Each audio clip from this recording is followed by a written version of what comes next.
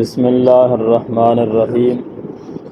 قال النبی صلی اللہ علیہ وسلم الظلم ظلمات یوم القیامہ۔ نبی پاک صلی اللہ علیہ وسلم نے ارشاد فرمایا کہ ظلم قیامت کے دن اندھیروں کی صورت میں ہوگا، تاریکیوں کی صورت میں ہوگا۔ مطلب یہ ہے کہ ظالم شخص کو وہ روشنی اور نور نصیب نہیں ہوگا جو ایمان والوں کو نصیب ہوگا۔